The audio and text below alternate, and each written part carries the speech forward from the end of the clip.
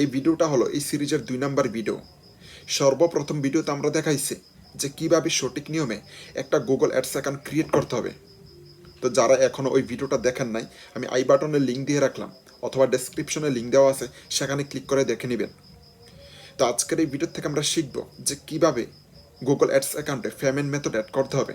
তো যেহেতু এই ভিডিওটা এই সিরিজের 2 নাম্বার ভিডিও, তারপরের ভিডিওতে আমি নিয়ে আসবো কিভাবে একটা অ্যাড ক্যাম্পিং ক্রিয়েট করতে হবে এবং কিভাবে অ্যাড ক্যাম্পিং ক্রিয়েটের মাধ্যমে আপনার ভিডিওকে আপনি প্রমোট করতে পারবেন।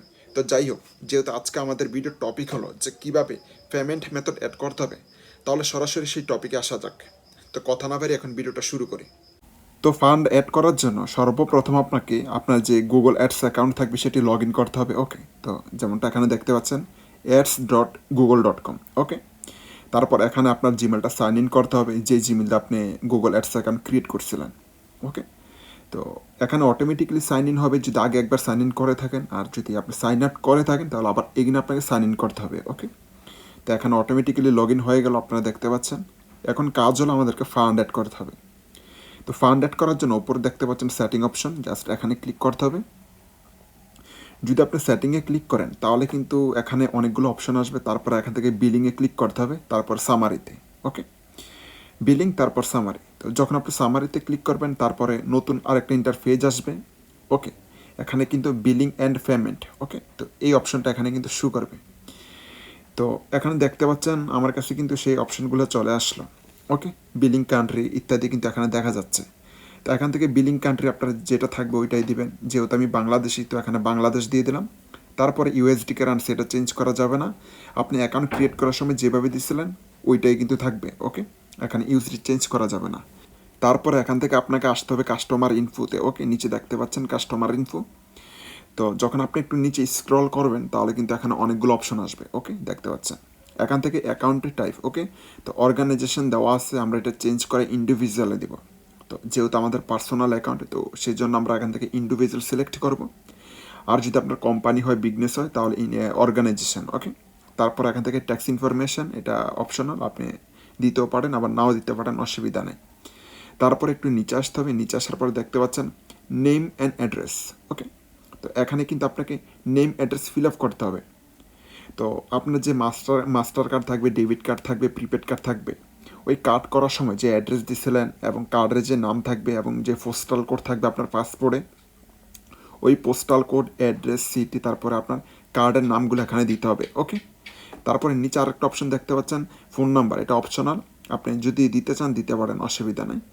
তবে এখানে যে অ্যাড্রেসগুলো আপনি দিবেন সেগুলো কিন্তু খুব ভালোভাবে দিতে হবে, ভুলভাল দেওয়া যাবে না। ওকে, আপনার যে প্রিপেড কার্ড থাকবে, মাস্টার কার্ড অথবা ডেবিট কার্ড থাকবে, ওই কার্ড করার সময় যে অ্যাড্রেস দিয়েছিলেন ওই অ্যাড্রেস আপনার এখানে দিতে হবে। ওকে, তো আপনার পাসপোর্টের মধ্যে কিন্তু ওই অ্যাড্রেস থাকে, তারপরে আপনার কার্ডের যে নাম থাকবে ওই নামটা এখানে দিতে হবে। ওকে, তারপর এখানে আপনাকে পোস্টাল কোড দিতে হবে, টাউন সিটি দিতে হবে।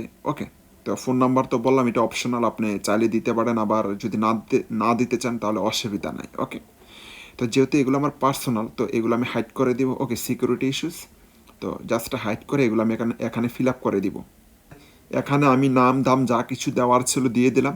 তারপর এখান থেকে একটু নিচে আসতে হবে। ওকে, নিচে আসার পরে কিন্তু এখানে আপনাকে সিলেক্ট করতে হবে হাউ ইউ পে, মানে আপনি কি অটোমেটিক্যালি পেমেন্ট করবেন নাকি ম্যানুয়ালি।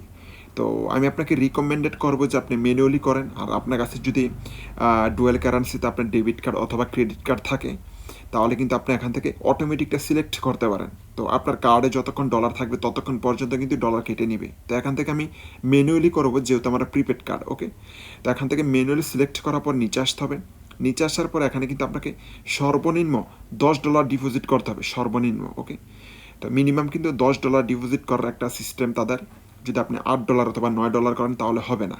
তারপর এখান থেকে আপনাকে পেমেন্ট মেথড অ্যাড করতে হবে।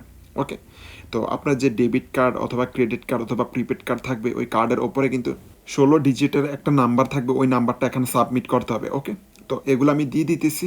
ওকে, তারপর এখান থেকে আপনাকে ডিটেলস দিতে হবে, কার্ডের সিবিসি কোড দিতে হবে, এক্সপায়ার ডেট দিতে হবে, এগুলো দিতে পারবেন, অসুবিধা নেই। তারপর এখান থেকে আপনি যদি এই অ্যাড্রেসটা সেম রাখতে চান তাহলে টিকমার্ক করে দিবেন। তো আমি টিকমার্ক করে দিলাম, অত হয়রানির দরকার নেই। তারপরে আই এগ্রি, সাবমিট। ওকে, তো তেমন কোনো কিছু কাজ নাই এখানে। তো মোটামুটি যে কাজগুলো ছিল ওইগুলো তো আমি আপনাকে দেখাইলাম যে কীভাবে পেমেন্ট মেথড অ্যাড করতে হবে। ওকে, তো এখানে কিন্তু আমার পেমেন্ট অ্যাড হয়ে গেল, যে আমি $10 অ্যাড করছি এটা কিন্তু অ্যাড হয়ে গেছে, একটু সময় নেয় এখানে অ্যাড হইতে। এখানে দেখতে পাচ্ছেন লাস্ট পেমেন্ট। এখন যদি পুনরায় আপনি আবার ফান্ড অ্যাড করতে চান তাহলে অ্যাড ফান্ডের মধ্যে ক্লিক করবেন। ওকে, অলরেডি কিন্তু আমি $10 অ্যাড করছি। ওকে, তো অ্যাড ফান্ডে ক্লিক করার পরে কিন্তু আপনার সামনে এমন একটা ইন্টারফেস আসবে, তারপর এখান থেকে আপনাকে অ্যামাউন্টে দিতে হবে কত ডলার আবার আপনি অ্যাড করবেন। তো এখানে আমি জাস্ট আবারও $10 অ্যাড করব, তো তাই এখানে আমি 10 উঠাই দিলাম, তারপরে মেক পেমেন্ট। ওকে, মেকে পেমেন্ট। তো যখন আমি মেকে পেমেন্টে ক্লিক করব তারপর আমার কাছ থেকে কনফার্মেশন চাইবে, তো এখান থেকে আমি কনফার্ম করে দিব। কনফার্ম করার পরে কিন্তু একটু লোডিং হবে, তারপরে কিন্তু সাকসেসফুলি আবার অ্যাড হয়ে যাবে আমার ফান্ড। ওকে, তো একটু লোডিং হইতেছে। ওকে, এখানে দেখতে পাচ্ছেন আমার ফান্ডে কিন্তু অ্যাড হয়ে গেছে। এখানে একটা টাইম দিছে যে 24 আওয়ার, তো নর্মালি কিন্তু সাথে সাথেই অ্যাড হয়।